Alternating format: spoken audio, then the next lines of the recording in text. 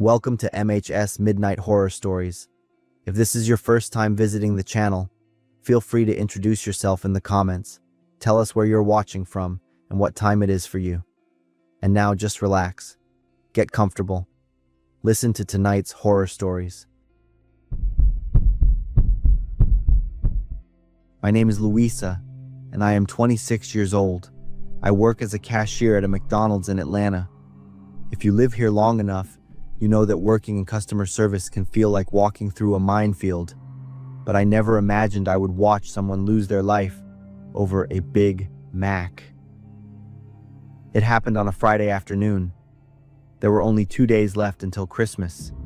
It was freezing outside, but inside the restaurant, the air was hot and sticky. The place was packed with the after-work crowd, and the line was out the door. My coworkers and I were working as fast as we could to keep up. I had just handed an order to a family when 3 young women walked in. They looked to be in their early 20s. The girl in front held a McDonald's paper bag, and her face was twisted with anger. They didn't wait in line. They marched straight up to my register. "This damn order is missing food," she yelled. She slammed the bag onto the counter so hard that fries spilled out everywhere. I took a deep breath and tried to keep my professional customer service smile. "I'm very sorry about that, ma'am. Do you have your receipt so I can check and get those items for you right away?" Instead of answering, she just kept screaming. The other 2 girls stood on either side of her and started interrogating me. "We ordered 3 Big Macs, but there are only 2.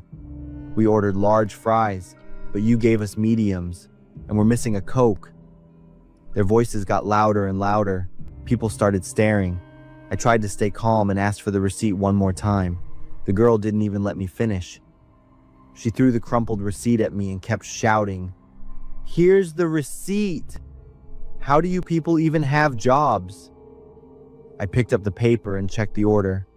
There was definitely a mistake. While I was trying to fix it, the 3 of them surrounded the counter, getting more aggressive by the second. "This fast food place is slow as a turtle and you still get it wrong," one of them barked. "I'm going to report your attitude to management," another yelled. I tried to keep my emotions out of it. "I will get the missing items for you right now. Please just give me a few minutes." Suddenly a voice came from the side. "Hey, you girls need to lower your voices." I looked over. It was a black woman in her 40s who had been sitting at a table nearby with a little girl. She stood up and walked toward the counter. The cashier apologized and she's fixing it. "You all are screaming like you've never eaten before." "Mind your own business, old lady," the oldest girl snapped back. The situation shifted instantly. It wasn't about the food anymore. It was about pride. The insults started flying back and forth at a dizzying speed. Then, the older customer, likely fed up with the girl's disrespect, lost her temper. She grabbed a tray full of soda and splashed it right into the face of the girl in front of her. The Coke drenched the girl's face and clothes. For about 3 seconds, the entire restaurant went silent. Then, everything exploded. They lunged at each other. They were pushing, shoving, and screaming. One of the girls grabbed the woman's hair and pulled hard. The woman screamed in pain but fought back, punching the girl closest to her. Customers stood up and scrambled. Some ran for the exit, while others pulled out their phones to record. The little girl who was with the woman started wailing in terror. "Call security! Call the police now!" I shouted to my co-workers. My manager ran out from the back to try and break it up, but no one was listening. A male employee tried to pull them apart, but the fight was too violent. Suddenly, a deafening pop rang through the air. It was a gunshot. Everyone froze for a split second, and then a new level of chaos broke out. People were screaming and diving over tables to get out of the door. I stood behind the counter, paralyzed. My ears were ringing from the blast. I looked down and saw the woman, lying perfectly still on the floor. Blood was soaking through her shirt. Her child ran to her side, screaming and crying for her mommy. I looked at the three girls. They were standing there with looks of pure shock. The youngest girl was holding a handgun. Her face was ghost white. The other two had their mouths open, as if they couldn't believe what had just happened. Suddenly, a large man in the lobby moved like lightning. He tackled the girl with the gun to the ground and disarmed her before she could do anything else. Police sirens wailed outside. They swarmed the building and took the three girls into custody. The paramedics arrived seconds later. They put the woman on a stretcher and rushed her out. My heart sank when I saw a police officer pick up the little boy, trying to comfort him while he sobbed uncontrollably. The police took statements from me, my co-workers, and the witnesses. I told them everything I saw. That night I got a call from the police station. The woman didn't make it. She died on the way to the hospital. The bullet had hit her in the left side of her chest. The doctors did everything they could, but it wasn't enough. I felt a wave of crushing guilt. All of this because of a missing burger. A small argument turned into a tragedy, and a kind woman was gone forever. I didn't sleep at all that night. All I could see was the blood on the floor and the sound of that little girl crying. The woman's name was Diana Thompson. She was a 42-year-old single mother of two. The child with her that day was her youngest daughter. She worked as a nurse at a local hospital. Everyone said she was a wonderful person who always helped others. After that day, I took 2 weeks off to try and clear my head. But even after 2 weeks, I couldn't go back. Now, whenever I see the red colors of the Christmas season, I don't think of the holidays. I think of the pool of blood on the tile floor that Friday afternoon.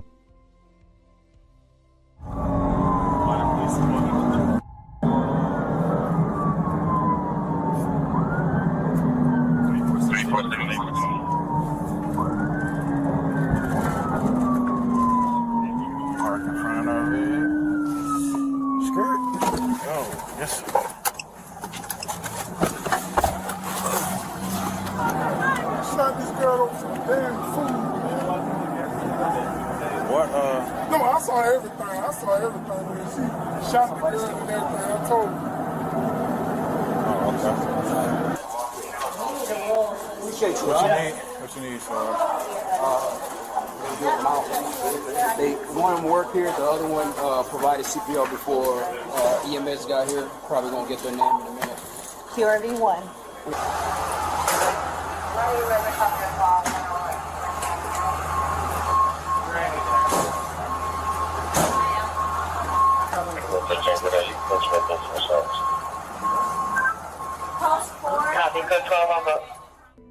This story is based on an actual tragedy.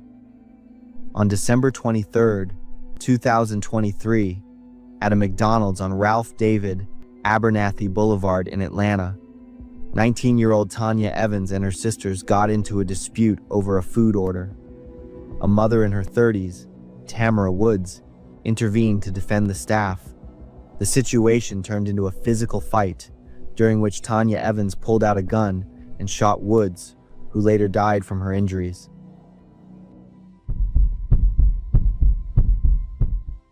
My name is Ryan, and I am 23 years old. 5 years ago, my best friend from high school, Jake, and I decided to celebrate our 18th birthdays with the trip of a lifetime. We wanted to do something wild that none of our other friends would ever think of.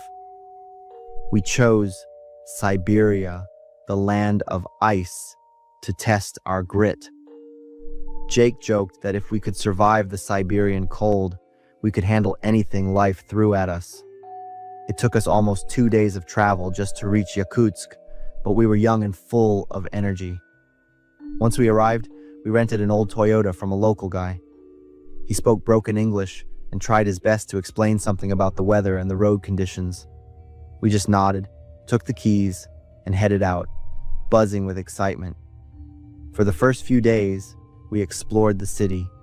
The cold there was like nothing I had ever felt. It was haunting. Even though we grew up in Minnesota and were used to snowy winters, the freezing temperatures in Yakutsk completely overwhelmed us. On the 5th day, we planned a longer trip toward Oymyakon, which is known as the coldest village on Earth. Instead of taking the Kolyma Highway, which was the safe, established route, we put our absolute trust in Google Maps. It showed a shortcut through the Tomtor region. On the screen, it looked like a perfect straight line that would cut our travel time nearly in half. Without thinking twice, we turned onto that road. We had no idea that the road had been abandoned since 1970. At first, things seemed okay. The scenery was beautiful, just endless white snow and a ghostly, untouched wilderness. We had a blast taking photos and filming videos, but as we drove deeper, the road began to fall apart. The car started to shake and the engine made a high-pitched, straining sound. Then, disaster struck without warning. We didn't see a large, frozen branch sticking out in the middle of the road. It kicked up hard as we drove over it. There was a loud bang, and the car jolted violently. Jake gripped the steering wheel to keep us on the path. When the car finally skidded to a stop, we heard a terrifying hissing sound. We jumped out and saw that the branch had pierced right through the radiator. The cooling system was destroyed, and fluid was spraying everywhere. A few seconds later, the engine died completely. The silence that followed was terrifying. The biting cold and the howling wind immediately began to swallow the sound of our panicked breathing.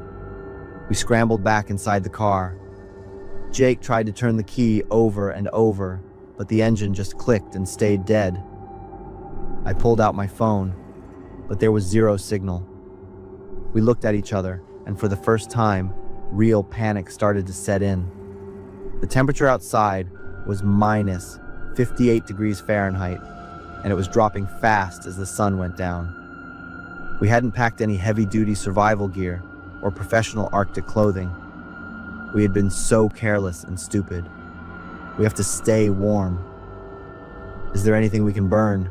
Jake asked, his voice already starting to crack from the cold. We searched the car. We found a few paper maps, a box of matches, and a spare tire. We dragged the tire outside and lit it on fire. We sat as close to the flames as possible, holding our hands out and shivering, praying that someone, anyone, would drive by. That first night, we tried to stay optimistic. The next day, after the spare tire burned out, we tried to take the other tires off the car to burn them too, but our hands were already freezing. Our fingers were so numb and stiff that we couldn't even hold the lug wrench. Eventually, all our efforts became useless. We crawled back into the car and hugged each other tight to share body heat. Time felt like it was stretching on forever.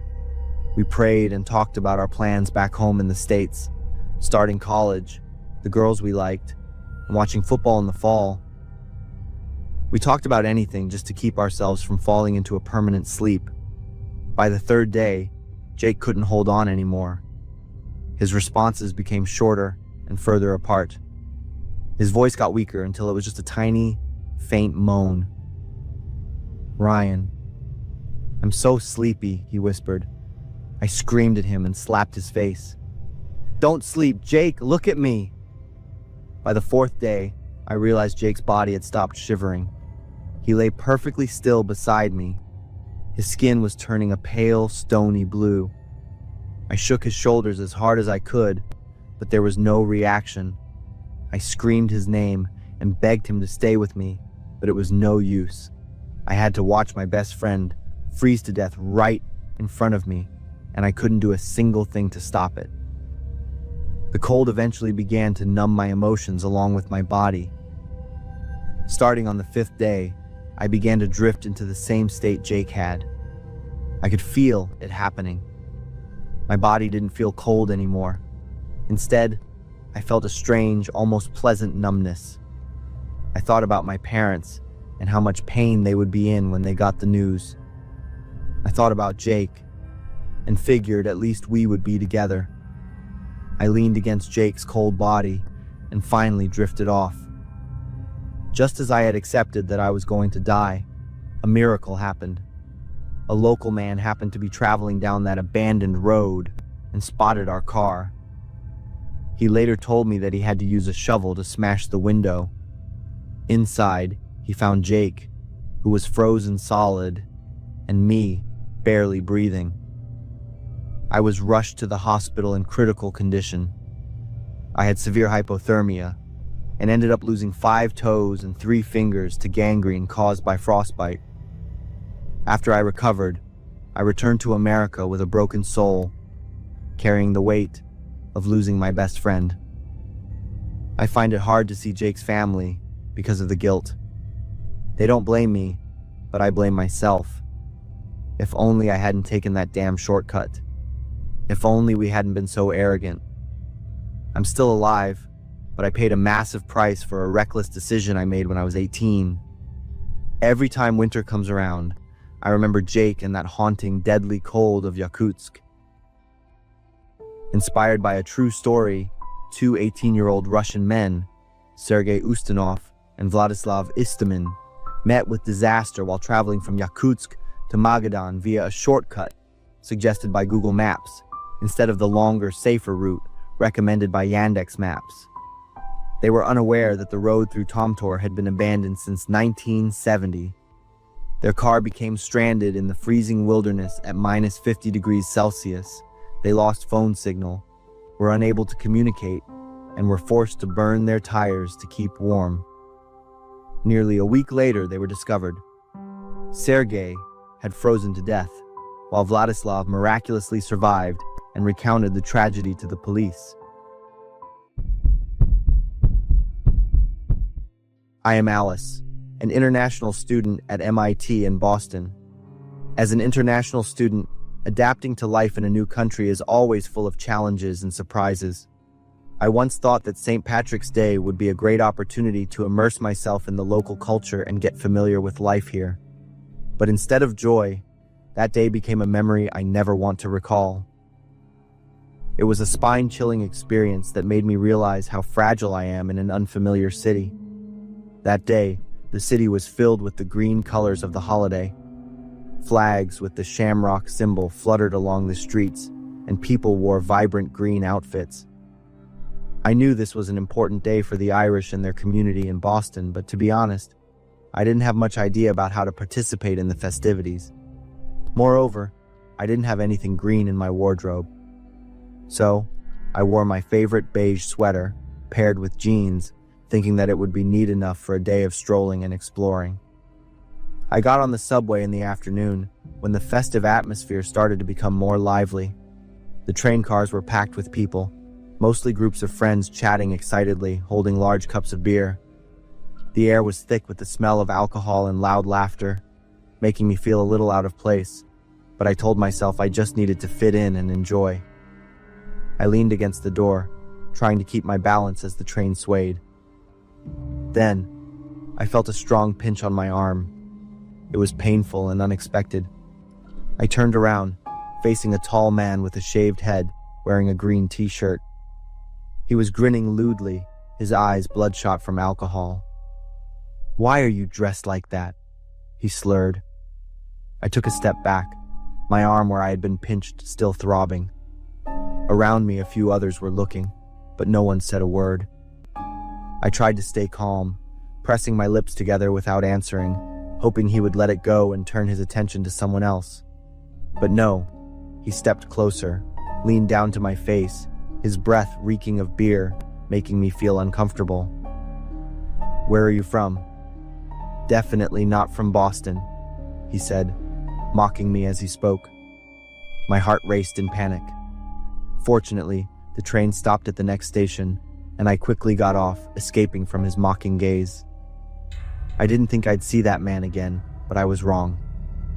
That evening, I met a friend at an Irish pub near downtown. The street leading to the pub was quite lively, with groups of people dressed in green singing and drinking beer on the sidewalk. I tried to enjoy the festive atmosphere, but I still felt uneasy from the experience earlier that day. As I was walking past a narrow alley, a voice rang out behind me, freezing me in place. "Hey, you still haven't changed into green. We meet again."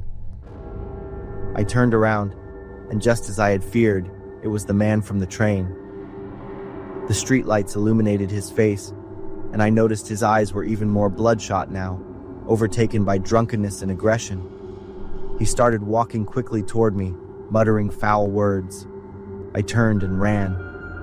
The streets were crowded, but no one paid attention to a small girl in panic. I ran through groups of people laughing and talking, my palms sweaty, breath coming in short gasps.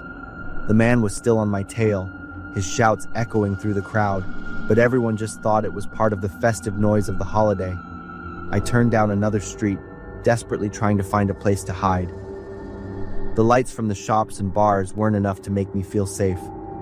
I spotted a small store with an open sign glowing and rushed inside. The man behind the counter looked at me, his face showing surprise. I was out of breath, trying to briefly explain that I was being chased by a drunk man. The shopkeeper, a middle-aged man with gray hair, nodded and pointed toward the back door. I felt a sense of relief and quickly ran out, muttering a quiet, "Thank you." The back door led to a narrow alley where I could hear the noise of the main street fading away. I kept running, eventually finding a public phone booth and calling the police. As I waited, I huddled in the darkness, my heart pounding, my ears still straining to catch any footsteps that might echo at any moment. When the police arrived, I recounted everything, from the train ride earlier that day to the incident on the street. They were very serious and immediately began searching for the man based on my description. I don't know if he was caught, but just telling the story made me feel somewhat relieved. The next day, I woke up with a sense of relief. My experience of St. Patrick's Day in Boston did not go as I had expected. It wasn't a festive day filled with beer and laughter, but rather a memorable lesson in caution and vigilance. I didn't want this event to haunt me forever. Still, the image of that man, with his bloodshot eyes and cruel words, lingers every time I think about that holiday.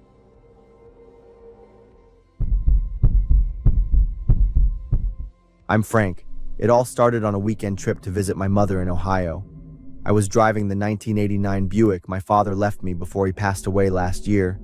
It was an old car with a host of minor problems, but I couldn't bring myself to sell it. I was used to estimating the remaining gas based on feel and distance traveled, but that afternoon I made a mistake. The sky turned a dark gray as I turned onto a small road cutting through rural Kentucky. It was getting dark, and I still had about 2 hours left to reach my mom's house. The gas gauge showed a quarter tank left, but when the car started sputtering, I knew I'd miscalculated. No, no, no, I mumbled, as the Buick coughed and died in the middle of the deserted road. I coasted to the shoulder, trying to restart it several times, but it was no use. I looked around. No gas station, no convenience store, not even a single car passing by. Just vast fields under the pale sunset light. I pulled out my phone and sighed. No signal. Of course. Maybe this is why I usually avoided back roads, but the GPS had shown this as the best shortcut, and I hadn't thought it through. The sun was sinking below the horizon, and I knew I didn't want to be stranded here when night fell completely. In the distance, I saw a faint light from a house, maybe half a mile away, set back off a small dirt path. It was the only sign of life in this desolate area. I hesitated for a moment before deciding to walk there. Maybe the owner would let me borrow a phone or spare some gas to get back to the nearest town. As I got closer to the house, I started realizing it wasn't what I thought.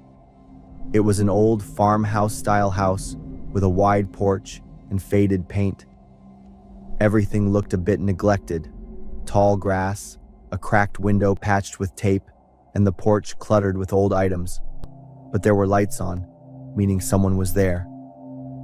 As I stepped onto the porch, I heard a strange sound coming from the side of the house, a sound like weak moans and anxious, heavy breathing. I stopped, feeling a chill run down my spine. I was considering what to do when the door swung open. I flinched, taking a step back. A tall, thin man stood in the doorway. He looked to be in his late 40s, with messy brown hair and deep-set, tired eyes. "Can I help you?" he asked, his voice low and hoarse.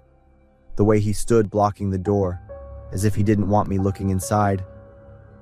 "Sorry to bother you. My car ran out of gas down the road. I was wondering if I could borrow your phone, or maybe spare a little gas if you have any." The man studied me intently, his eyes sizing me up from head to toe. Something wasn't right about his gaze. It was too tense and wary. "I don't have spare gas. Phone line's been down since the storm last week. Cell service doesn't reach out here either." Before I knew how to react to the man's refusal, the strange noise suddenly came again from the side of the house, sounding like pained moans and muffled sounds. Seeing this, the man immediately shifted his stance, clearly trying to distract me. "What's that noise?" I asked, unable to suppress my curiosity. His face tightened for a moment, before relaxing into a forced smile. "Ah, that's my old dog. Hurt his leg, and I've got him penned up on the back porch so he doesn't hurt himself more. Just gave him some pain medicine." The explanation sounded plausible, but the sound didn't resemble a dog, but I wasn't sure anymore. "How far is the nearest town?" I asked. "Graysville is about 10 miles in the direction you were heading. There's a gas station there." I thanked him and turned away, with some curiosity, trying to glance inside the house again, but saw nothing clearly. I took a few steps down the path, then stopped, pretending to check my phone.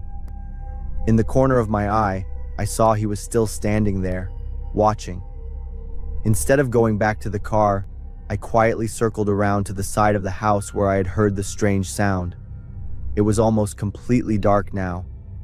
I moved very quietly, trying not to make any noise. There was a small ground floor window, partly obscured by wild bushes. As I got closer, the sound became clearer. It wasn't a dog. It was a human voice, a woman's voice, weak and terrified. "Help! Help!" I stood frozen, unable to believe my ears. I moved closer to the window. All I could see was a dark room with dim light. "Is anyone there?" I whispered, loud enough for someone inside to hear. "Please," the voice replied, so weak I could barely hear it. "Help me. He'll be back." I tried to open the window, but it was locked tight. For a split second, I saw a face pressed against the glass, a woman with wide, terrified eyes and bloody lips. Before I could say anything more, the window slammed shut and the curtain was pulled down from inside. I heard noises from inside the house like someone moving quickly. I hurried back to the road, heart racing, trying not to look back. What should I do? I had no way to contact the police. I was stuck in the middle of nowhere with a potentially dangerous man and a woman needing help. I needed to find cell signal. I climbed onto the roof of my car and held my phone up high. One weak bar of signal appeared. Just one bar, but maybe enough to call 911. I dialed the number with trembling fingers. The dispatcher's choppy voice came through after a few beeps. "I need to report an emergency," I said quickly, afraid the call might drop at any moment. "I think someone is being held hostage at a farmhouse on State Route 8, about 10 miles from Graysville." I heard cries for help and saw an injured woman.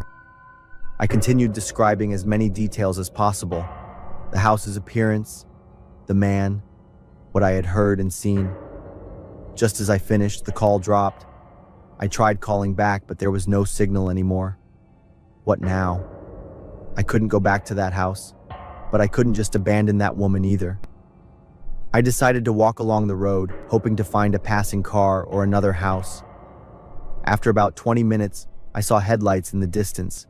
I stood in the middle of the road, waving my arms like crazy.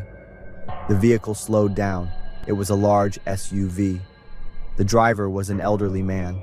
I borrowed his phone and called 911 again, confirming they had received my first call and we're sending officers. Then, he kindly waited with me. About 15 minutes later, 2 police cars appeared with flashing lights but no sirens. I quickly explained the situation to the officers, and they asked me to stay by my car while they investigated the house. About 20 minutes passed in tense silence. Then, an officer returned to my car.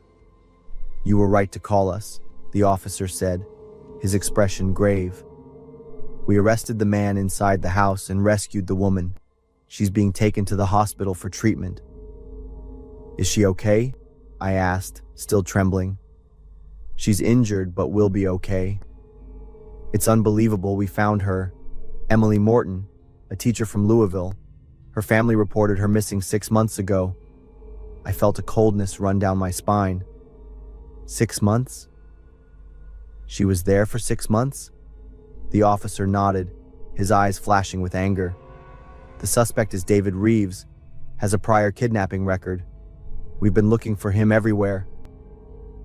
The next day, at the police station, I completed my official statement.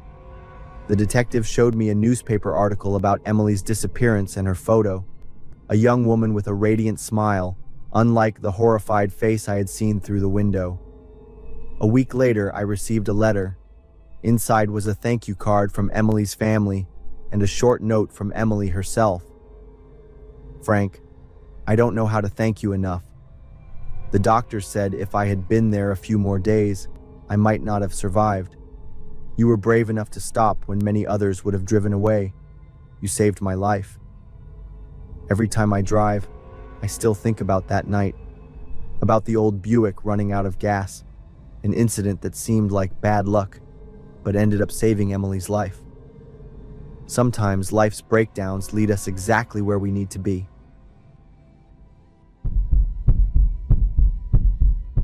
Ryan and I have been close friends ever since I was 7. We used to be neighbors, and we were very mischievous. When Ryan and I were 16, our appearances were truly strange. I had piercings in any spot I could, wore bright neon colors, and had long hair that covered most of my face. Ryan, on the other hand, preferred a rather slick look, having all his hair and eyebrows shaved, and wearing tight-fitting clothes. At the age when many psychological changes occur, we became even more disliked in the eyes of everyone in the neighborhood. Not a single family was unaware of our bad reputation, nor any of them had ever escaped our bizarre pranks. However, we would only take things as far as playful teasing, with no intention of hurting others or engaging in criminal activities. "Let's see what game we'll play today. According to the list, which house should we go to?" I discussed with Ryan. "The house at the end of the street just had new people move in," Ryan said. "Is it that abandoned house?" I asked, surprised. "Let's go check it out." We were both really excited. The abandoned house at the end of the street was forgotten, but Ryan and I loved it. We even called it our secret base. It was true that someone had moved in because the front door had been replaced, and the surrounding area had been tidied up. Ryan and I approached and knocked on the door after curiously surveying the house. The door slowly opened, and a woman appeared. She had pale skin, sunken eyes, and a completely expressionless face. I guessed she must be in her 60s. "Hello, ma'am. We live in this neighborhood too. You just moved in, right?" I confidently greeted her. "What is it?" Her voice was so cold that I shivered, and there was a very unpleasant smell. I was stunned, staring at her face until Ryan nudged my arm gently. We have a small gift to welcome you," I said, presenting a small box. The woman stared at it for a moment before taking it, and the unpleasant smell returned as she said thank you. Ryan tugged at my shirt, and we quickly left. We peeked outside the gate to watch the woman's reaction to the gift we had given her. She opened the box, and a toad jumped out, but contrary to our expectations, she remained completely calm. "What? Is this the first time we failed?" Ryan exclaimed, surprised. "Did you smell that really awful odor earlier?" I asked Ryan, who looked at me puzzled. Ryan and I turned our gaze back to the woman. Both of us froze as we watched her stuff the creature into her mouth and chew ravenously. "Elton, did you see that?" Ryan's voice trembled. I didn't answer. We could both clearly see the frog's hind legs still swaying in rhythm with her chewing. I pulled Ryan away, both of us silent with our own thoughts. Eventually, we agreed to keep observing that woman. The next day, after school, we watched her again, but from a different angle. It seemed like she lived alone. After a while without seeing her, we were about to leave when we heard a noise. The woman had returned. It turned out she hadn't been home all this time. She was carrying a large sack, but she was surprisingly agile, which is unusual for someone as old as her. Whatever was inside the sack seemed to be moving. However, it didn't seem to interfere with the way she swiftly dazzled between places. "Neither of us would be able to move it, Elton," Ryan whispered. "I've told you before, she's all but normal," I muttered. But the surprises just didn't stop there. The woman went toward the backyard of the house, pulling out a healthy, living chicken from the bag. Ryan and I both understood that the bag was filled with chickens, and there must be dozens of them inside. The chicken struggled violently, flapping its wings wildly, its beak screaming in fear. The woman, without a moment's hesitation, gripped the chicken tightly with both hands, and suddenly bit down deeply into its neck. The sound of flesh being torn apart rang out. Hot red blood splashed out, flowing down her face and hands. The woman's mouth was full of blood, red patches of raw flesh between her teeth. She chewed voraciously, the wet crunching sound echoing in the still air. The chicken was still alive, writhing in pain, its eyes wide with panic as life slowly drained from its body. Ryan's lips trembled slightly. He seemed desperate to say something, but couldn't get the words out. I swallowed hard. My tongue stuck to the roof of my mouth, my hands gripping Ryan's so tightly that my knuckles turned white. Cold sweat rolled down my forehead, each drop falling onto my face, merging with the thick, suffocating atmosphere of fear. We wanted to look away, but we couldn't. Our eyes were glued to the scene of the crazed woman, ravenously gnawing at the chunks of the chicken, while our bodies trembled, on the verge of collapsing under the weight of the horror overwhelming us. Ryan's backpack dropped to the ground, cutting through the eerie atmosphere like a knife. The woman turned towards us, her gaze like a jolt to the brain, snapping us back to reality. Ryan and I ran without pausing to grab our backpacks, our hands tightly clasped together. When we got to Ryan's house, his parents saw our frantic state and thought we had just gotten into trouble again.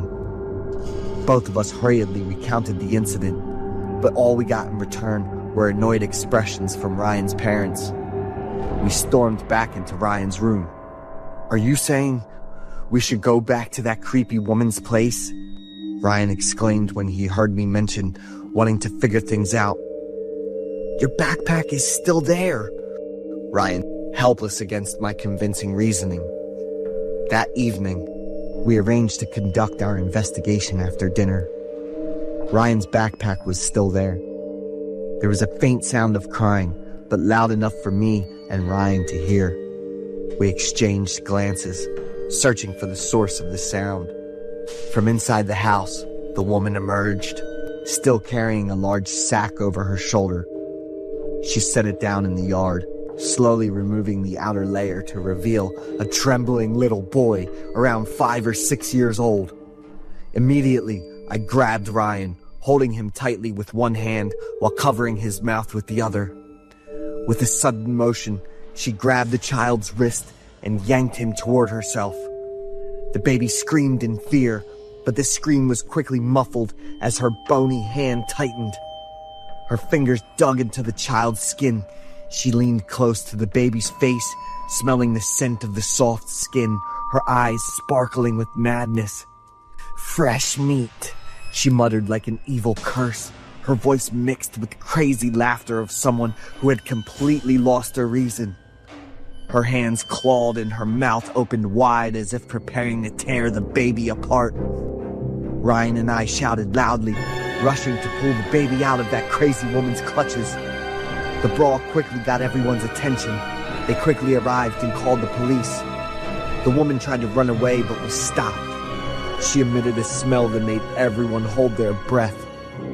The police showed up to control the woman. Inside her house, countless pieces of bones, meat, and other animals were found trapped and rotting. She was taken to a mental hospital after the police and doctors concluded that she had a mental illness due to living in isolation for a long time. No information or identification documents of hers were found. After only 2 weeks, she escaped from the hospital and disappeared.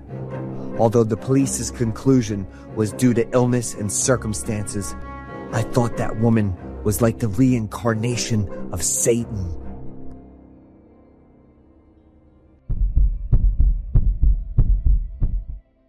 I was checking out my wife Chasey's creepy web browser history. I'm Ted, and I'm 35. I'm going through some really tough days, feeling trapped in my marriage. My wife, Chasey, is 4 years younger than me. We've been married for almost 5 years and have a sweet baby boy. I'm always telling my friends and coworkers how I have a happy family.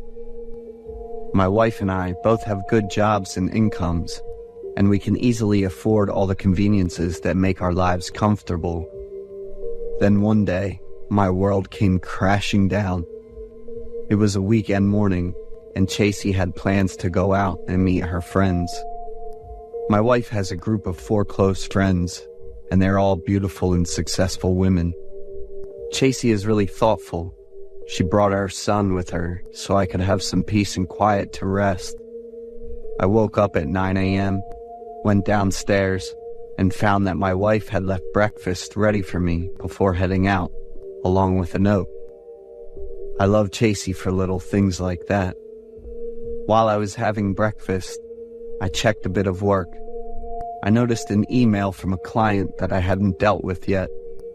Unfortunately, my computer was acting up at the time, and I needed to respond to the client quickly. I ran upstairs to use Chasey's computer. The password was definitely our wedding anniversary. When I opened the web browser, I was a bit shocked to see so many search tabs that Chasey had left open. I chuckled a bit. Seems like any woman using a phone or laptop would have a similar setup to my wife's. But that smile quickly faded when I started reading through it. What are the divorce procedures? It took me a few minutes just to carefully read that short line, and all I felt at that moment was anxiety. Check the date of that search. It was from a month ago. But even after a month, everything in my family seems normal. I kept looking through the other search tabs and proof of separate property when divorcing, conditions for child custody, what should I do when my husband cheats, how to hurt a traitor. The more I read, the more scared and panicked I felt. I couldn't stop thinking about Chasey's thoughts and intentions while she was typing these search lines, all while seeming so happy in front of me. Why could this be happening? There were many other searches from Chasey that reminded me of those creepy anatomy scenes in horror movies. My body was cold, but I was sweating heavily and my heart was racing. I need to let Katie, one of Chasey's close friends, know about this. The phone is ringing, but why isn't she answering? Ted, honey, I'm home. Chasey's call made me jump like a coiled spring. Chasey's laptop hit the floor with a loud bang. I had never been so scared of my wife. I quickly picked up the laptop, tried to remember where I had found it, set it down, and answered Chasey. You are home? I had just walked out of the bedroom when Chasey arrived at the same time. Facing my wife, I was tense and anxious, even though she greeted me with her familiar smile. "Where's our son?" "I left him with Naomi. He's going to the amusement park with her daughter." I smiled and nodded, trying to figure out what to say next. "Guess who's coming to visit us today?" In front of me, Chasey pulled Katie's hand closer. I felt dizzy all of a sudden. Chasey flashed a bright smile, looking at me and then at Katie. I could tell how tense Katie was. She looked at me with a pleading expression. I looked at Katie with a face full of questions and helplessness. "What's wrong with you?" Chasey's voice snapped Katie and me back to reality. I gave a stiff smile and greeted Katie. Chasey led Katie to the living room and asked me to get some water for the guests.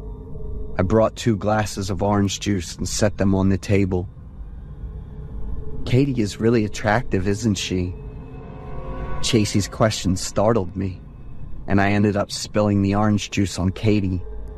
The scene was pretty chaotic. Chasey scolded me a few times before taking Katie into our bedroom to change. The sound of the door locking made me jump. I glanced toward the bedroom while trying to clean up the orange juice. More than 30 minutes passed, and I was sitting on pins and needles in the living room, my eyes fixed on the bedroom door. I went to knock on the door, but thinking about Chasey's expression made me too scared to do it. It felt like the spacious living room was running out of oxygen for me to breathe. Suddenly, a loud scream filled with pain and panic came from inside. I couldn't tell if it was Chasey or Katie screaming. "Chasey, honey, is everything okay?" I was met with a satisfied laugh, which I thought might be Chasey's, but I couldn't be sure. I shouted for Chasey to open the door. I kept banging on the door, trying to get a reaction from whoever was inside. A moment later, the door opened. I was about to rush in, but Chasey stopped me, still smiling brightly. Her body was covered in red spots from head to toe. The white dress she was wearing made the red spots stand out even more. I trembled and tried to move closer, but Chasey immediately shot me a cold, stern look. She threw the divorce papers and a bunch of evidence of my affair with Katie right in my face. Katie was a close friend of 15 years, whom Chasey always considered like family. Katie and I have been together for 4 years now. I know a lot of people will judge me when I say that. Chasey left without saying any words. I rushed into the room to find Katie, who was huddled in the corner shaking. Next to her was a pair of scissors lying in a pool of red liquid. Katie rushed to hug me and cried, but she was completely fine and healthy. "Ted, she meant to hurt me, but then she ended up hurting herself." Pushed Katie away and ran after my wife, who had been taken to the hospital by the neighbors. Chasey was diagnosed with severe mass depression. The illness began after Chasey gave birth, and her son is now 5 years old. She filed for divorce and sued me after her treatment. Watching my wife and son leave, I felt overwhelming regret. I had it all, but I messed it up. So what can I do to get Chasey's forgiveness and make my family happy again?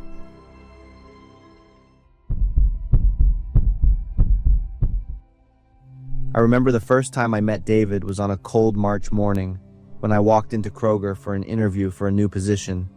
The manager was guiding me around the supermarket when we came across him. He was stacking cereal boxes on the shelf. "Ah, this is David," the manager introduced.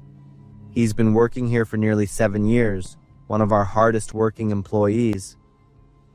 "I'm Daria, 26 years old, just moved to Massachusetts with my family." I introduced myself. David nodded at me coolly. I started working at Kroger that very day. Gradually, I realized that David didn't talk much with the other employees. David is the type of person who isolates himself, one coworker whispered to me during a break. He does his job, doesn't cause trouble, but he's not close with anyone. One day, while we were both stocking shelves in the back, I decided to break the silence. "What do you usually do on your days off, David?" He looked up, surprised by the question, or maybe it was because I had used his name. "I do YouTube." His voice was soft.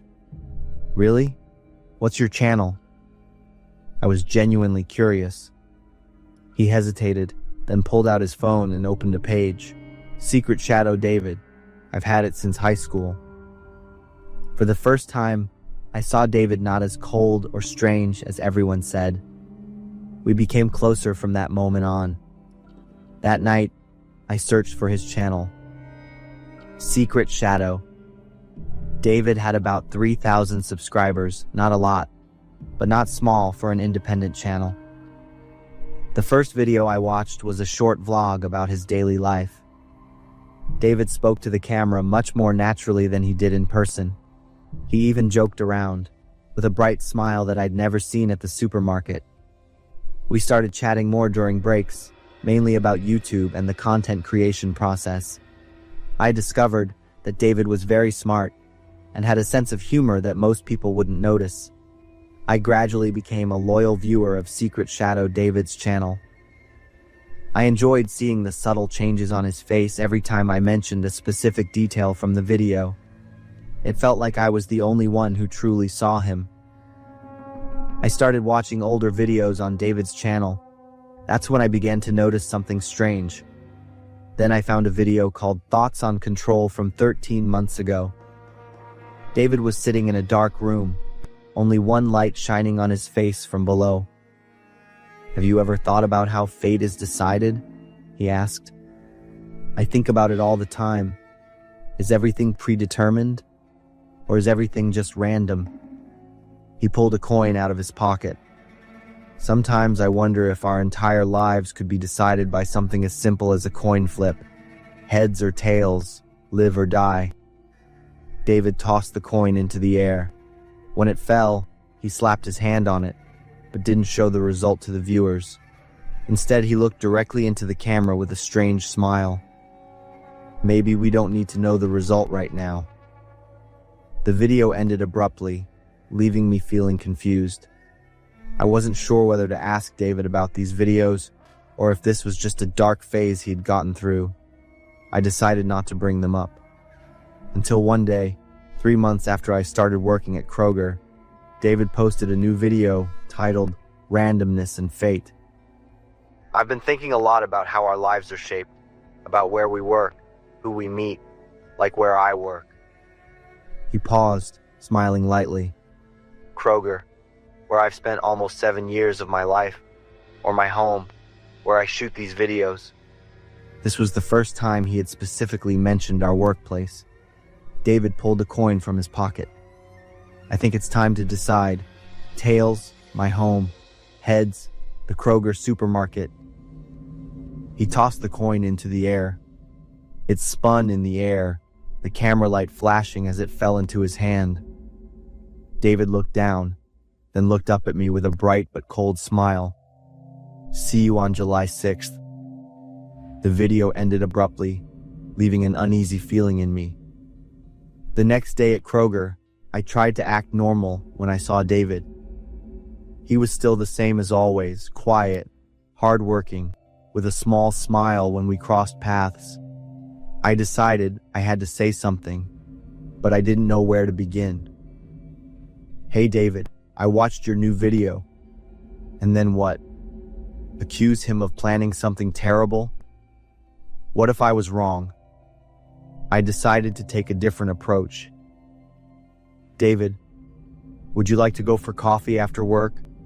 I really enjoy your videos, and I have a few ideas I'd like to discuss about your YouTube channel." He looked at me, slightly surprised, then nodded. "Sure, I think that's fine." We met at a nearby coffee shop after work. I tried to keep the conversation light, talking about his funny videos, and gradually moved on to the more recent ones. "Your latest video was really impressive," I said, carefully observing his reaction. "About randomness and fate. Have you thought about that topic a lot?" Do you ever feel like everything is beyond your control? Like every decision is made by someone else? I took a deep breath. What is 7/6, David? In your video? A small smile forming on his lips. It's just an important day. The conversation continued, but I couldn't get more information about the July 6th date or his intentions. 2 more days passed in a state of anxiety. David didn't come to work, which wasn't unusual since he often had midweek days off. But with every hour that passed, I became more certain that something was wrong. I thought about reporting it to the police, but what could I say? That a coworker posted a strange YouTube video mentioning our workplace and a specific day. There was no direct threat, nothing specific, just a feeling that something was off. The night before July 6th, I hardly slept. I re-watched all of David's videos from the last 6 months. On the morning of July 6th, I arrived at Kroger 2 hours before my shift, hoping to meet David and talk to him before anything happened. The supermarket had just opened, with only a few customers. I walked around the aisles and back room, but there was no sign of David. Marcus was at the register, checking the books as usual. Then I saw him. David had just walked in through the front door, wearing a long black coat despite the warm weather.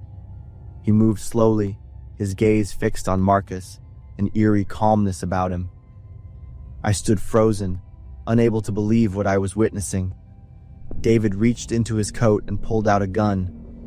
I saw Marcus look up, his eyes widening as he saw David approaching. David raised the gun, his smile unshaken. No hesitation. "David, no!" I yelled, running toward them. A loud bang echoed in the confined space of the supermarket, then a second shot. I stopped, stunned, seeing Marcus slump to the ground, his head no longer intact.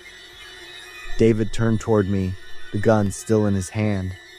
But instead of pointing it at me, he just stood there, looking at me. This is what happens. The coin has decided. This is fate. From a distance, I could hear sirens. Someone had called them. David seemed to hear it too. He looked down at the gun in his hand, then back at me. "Thanks for watching my videos," he said. "Thanks for truly seeing me. No one else did." Then, before I could say anything else, David turned the gun on himself and pulled the trigger. His tall, thin body collapsed to the floor, twitching for a few seconds before lying still. I knelt beside him, too shocked to cry or scream. In David's coat pocket, something was sticking out. I reached for it, a coin, the same coin from his video. I flipped it over and saw that both sides were the same, a rigged coin. The following week, the police interviewed me about my relationship with David and what I knew. I told them about the YouTube videos, about the signs I had missed or misunderstood. They found David's journals, detailing the years of abuse from childhood, isolation, and the growing hatred for Marcus, whom he felt had intentionally humiliated him. David's YouTube channel was deleted. Kroger closed for a week, then reopened with a small memorial for Marcus. No one mentioned David. I wonder if things could have turned out differently if someone had shown empathy and understood David sooner. Sometimes, I still wonder how many other people out there, behind the screens, with small smiles and silent cries for help, are never heard. I remember that time my finances were really tight. I had to work several jobs at once. For the New Year's holiday, I took a house-sitting job through a gig finder app. The pay was a lot better, because few people wanted to work on New Year's Eve. The homeowners were a middle-aged couple. They said they needed someone to look after the house and Charlie while they went to a party. I drove to the address right on time. When I arrived, the front door was slightly ajar. I pushed the door open, called out loudly, but no one answered. The house was so quiet, I could clearly hear the clock ticking. My phone buzzed. It was a text from the homeowner. "We had a slight emergency and left already. Charlie is in the last room down the hall on the second floor. Please don't go near him. Charlie is very sensitive and easily scared of strangers. Just make sure he's safe and doesn't break anything. Thanks a ton. I flipped on a light and looked around the house.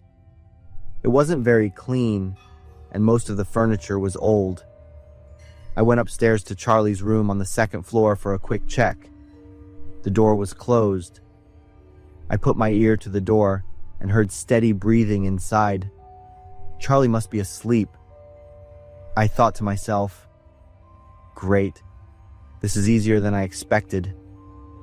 I went back downstairs, sat on the sofa in the living room, and opened my laptop to work. A long time passed, and I got so absorbed in my work that I completely forgot where I was. My phone buzzed again.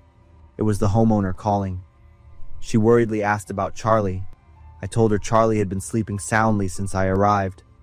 There were a few seconds of silence on the line, and then she spoke, sounding quite surprised. "He's being that good? That's strange.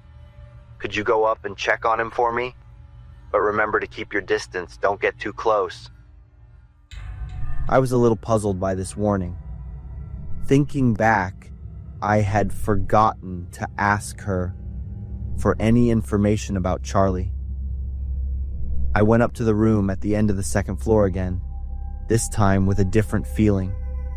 I felt a little curious for some reason. I gently pushed the door open to look inside. The room light was off. The light from the hallway shined in, and I saw a figure lying on the bed, covered completely by a blanket. A faint foul smell wafting from the room made me wrinkle my nose. It wasn't overpowering, but it was enough to be unpleasant. I took a few more steps inside. The breathing was coming from the bed, but I only just noticed it wasn't steady. It was a raspy, labored breath, short and difficult. My heart started beating faster. Something wasn't right. I fumbled around for the light switch and flipped it on. As my eyes adjusted to the light, I clearly saw the person in the bed. It was not a child. It was an elderly man, so frail that his ribs were visible through his torn t-shirt. His skin was wrinkled and pale. His breathing was weak, like it was about to stop. I froze, and a series of questions raced through my mind. Was this the boy named Charlie the homeowner mentioned? Or was there some other secret? It was very possible that he was being abused by his own children. Right. That must be why she kept mentioning that I shouldn't get close to Charlie. I backed out of the room, my hand shaking as I called the homeowner back. Charlie is not a child. It's an old man. He's lying in bed and looks really unwell. The homeowner was silent. Then her voice became confused. "An old man? What are you talking about? Charlie is our dog. We just adopted him last week. He barks a lot and chews things up, which is why I told you to keep your distance." At that, a shiver ran down my spine. I quickly reopened the text message and looked closely at the address. Disastrously, I had gone to the wrong address. I stood there stunned for a few more seconds until I heard the homeowner's loud voice calling through the phone. I quickly apologized and promised I would be at her house in 20 minutes after making sure the elderly man was safe. I called 911. About 10 minutes later, the police and ambulance arrived. They carried the elderly man out on a stretcher. I watched with mixed feelings. A police officer came over and shared some information about the man after searching their database. He was 74, lived alone, and was a bit of an eccentric. That's why the neighbors around rarely paid attention to him. The officer asked about my relationship with the old man. I gave a forced smile and decided to tell the whole story of my mix-up. "Thank you so much for saving him. Sometimes mistakes don't lead to disastrous results, right?" The officer patted my shoulder. They said I was free to leave. I immediately remembered my actual job for the night. I rushed to the correct house. It was nearly midnight. But as I stepped inside, I heard loud barking from upstairs. I sighed in relief and thought to myself, this must be the right house. I don't do those kinds of odd jobs anymore. The memory of that night wasn't exactly terrifying, but it certainly left me with a lot to think about.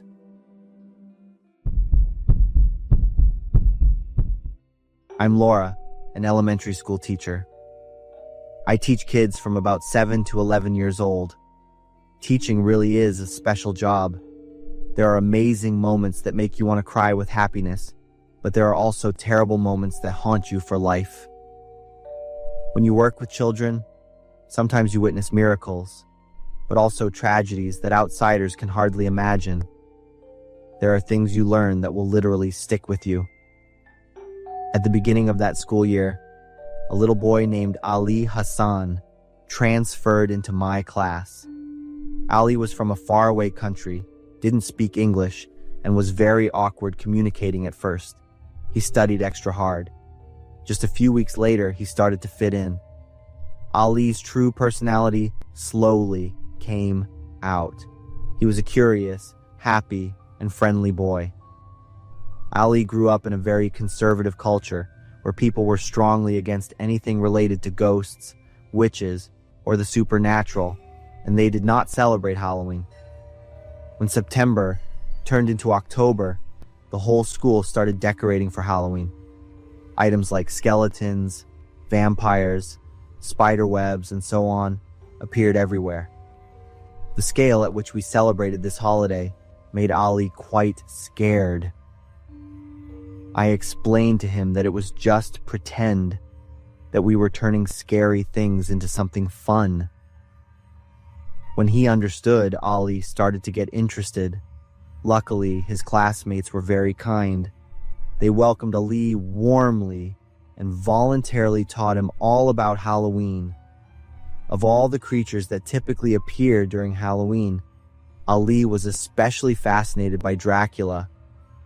I asked why, and he said he liked the idea of staying up late and being able to turn into a bat and fly.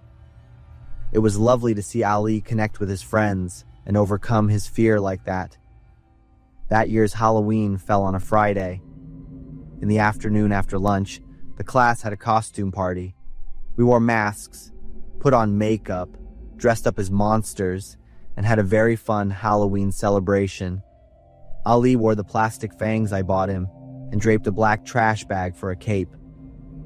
All afternoon, he snuck up on his friends, jumped out and hissed like a vampire. The whole class laughed out loud, and once again Ali was a real joy to watch. When school ended, he insisted on walking home in his costume. At the time, I simply thought he loved the holiday too much, completely unaware that it would lead to a tragedy. By Monday morning, I was excited to see if Ali was still playing vampire, but he didn't come to class. The principal called the family. They said Ali was sick. The next morning, Ali still hadn't returned, so the principal called again to check in. Their English wasn't very good, but they tried to convey that Ali was still resting in bed and would be back soon. After Ali missed the entire week, and the first 2 days of the following week, we started to worry. The principal called a third time and asked if they had taken Ali to the doctor. They said no, but the reason for this was vague. Social services got involved and things started to get serious. 2 weeks after Ali first missed school, a social worker visited the house. Ali's parents again said their son was sick. The social worker asked if she could come in and see Ali, but they refused. The social worker warned that she would come back with the police and they would be arrested if they interfered. But Ali's parents didn't react much. I'm not sure if they didn't understand or didn't believe what the social worker said. It took 3 weeks from Ali's absence for a team of professionals to finally gain access to the house. And the scene they saw inside was terrifying. Ali was lying in bed, just skin and bones. There were signs that the family had tried to care for him, but Ali was critically ill. The boy was taken to the hospital immediately. Doctors quickly discovered the reason. Ali had not been fed for almost 3 weeks, only given a little water, just enough to sustain life. This was a case of starvation. While Ali received medical care, the police arrested his parents. The officers described Ali's parents as kind, hardworking, and sincere people. They were very distressed to see their son so ill. However, when asked why they had let their child become so emaciated, they seemed confused, not understanding what the problem was. In their view, they had done exactly what a local holy man advised: to feed Ali as little as possible to starve the evil spirit that had possessed the boy's body. They fully believed their son was possessed because of Ali's fascination and special interest in vampires. By the 3rd week, when Ali started to become tragically thin, they even arranged for the holy man to perform an exorcism. But according to them, it didn't work, so the starvation regimen continued. They didn't take their son to the doctor. They didn't listen to the school. They only believed the person they considered holy. Hearing this whole story was the most horrifying and shocking experience of my career, and it still haunts me today. I ask myself, did I contribute to this tragedy? I introduced Ali to Halloween, encouraged him to explore scary things, thinking I was helping him fit in. But in the eyes of his parents, that was proof that their son was possessed by a demon. I didn't foresee the cultural difference, that what I thought would enrich a life could become a deep hole that swallowed an innocent child like that. Ali's parents eventually went to jail. Ali was moved to live with a foster family elsewhere. I never got to see little Ali again.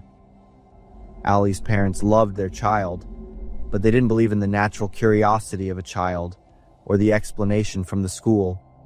Instead, they easily trusted the words of a stranger simply because that person claimed to be holy. They looked at their son with cultural fear. They didn't see a boy happily exploring a new world, but only the sign of a demon. Sometimes, love combined with ignorance can lead to devastating consequences.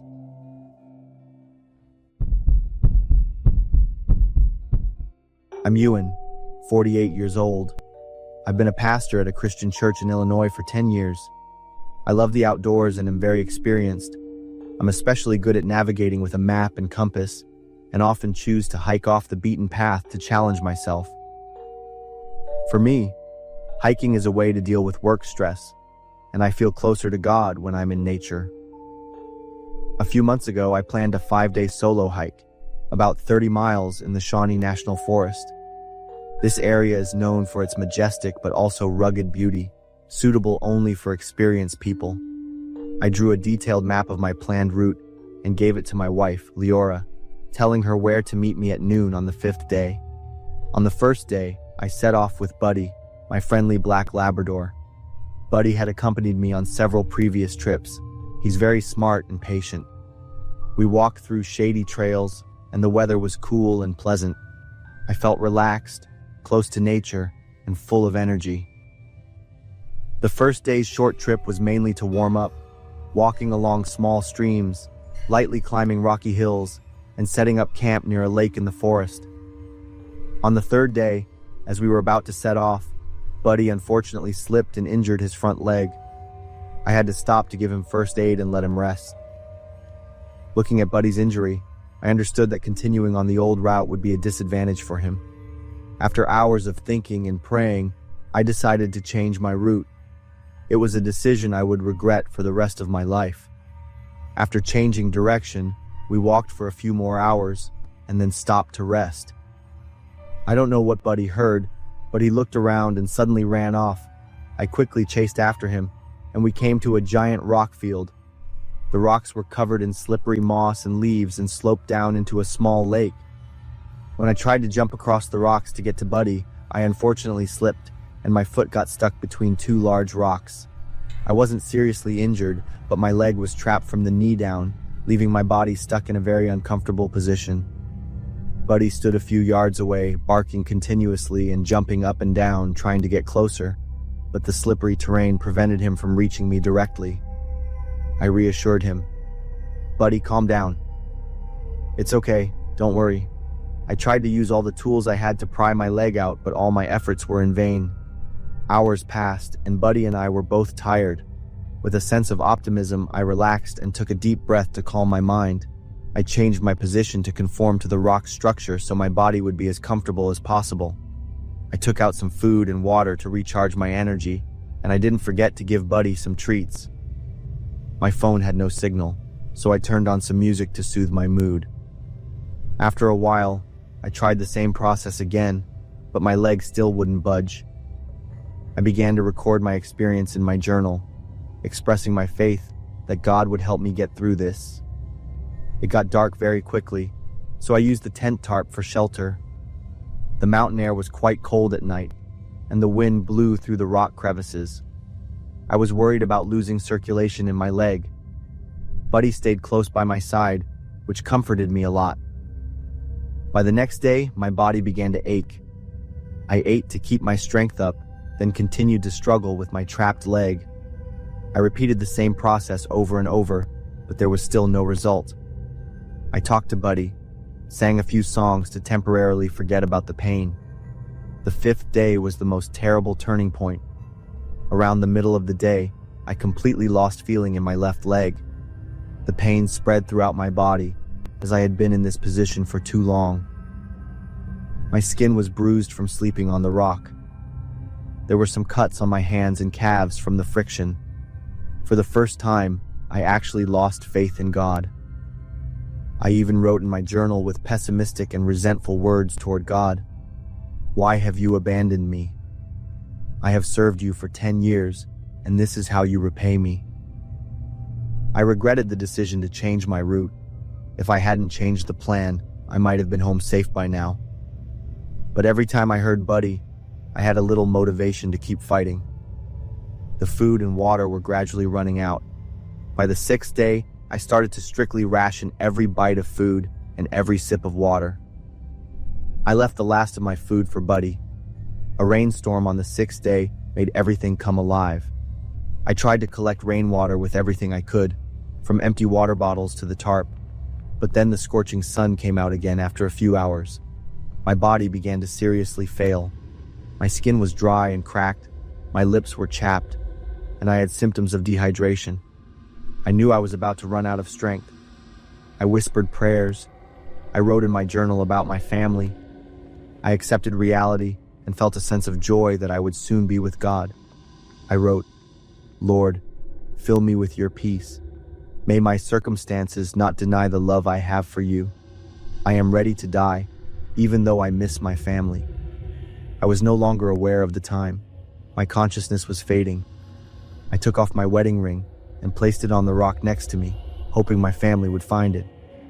I whispered my last words to Buddy. "Thank you, Buddy. You are very brave. I'm happy to have you as my companion." But I didn't hear Buddy anymore. I tried to call a few more times, but it was completely silent all around. I cried because I thought Buddy might have died from exhaustion. At that moment, I felt the ultimate helplessness and despair. Darkness gradually covered me, and the last sound I heard was Leora's voice. I woke up and saw the familiar faces of my wife and children. My family was standing there. Leora was holding my hand, her eyes teary. Overcome with emotion, I started to cry and couldn't say anything. I was happy and moved to realize I had been rescued. I remembered Buddy. Leora looked at me, smiled gently, and said, "Buddy is still alive. He's the one who led everyone close to your location." Buddy was exhausted and is being taken care of carefully. Leora told me about the search. By the end of the 5th day, I still hadn't appeared at the meeting point. Leora reported me missing to the authorities. A large-scale search was launched. They searched all night without any results, because I had changed my schedule from the original plan. On the morning of the 7th day, one of the search teams found Buddy. Leora continued, He was exhausted, but he still tried to lead them back to where you were trapped. Hearing that, I cried again, but this time with immense relief and gratitude. My leg has gradually recovered, but the injury left a lasting effect that limits me from long hikes. Buddy was also checked by a doctor who advised him to limit his activity, as his wound had become infected and needed time to heal. It's been almost 5 years since that fierce survival. We've both had to change our lifestyles a bit, but we are safe and healthy. Our family life has returned to a peaceful rhythm. We cherish every moment together, knowing that every day is a precious gift. I regretted changing my schedule, but at the same time, I'm grateful because it taught me to appreciate life more. Every time I walk around the neighborhood with Buddy, I take a deep breath to feel the fresh air. Buddy's steady breathing next to me makes me feel a sense of security and peace.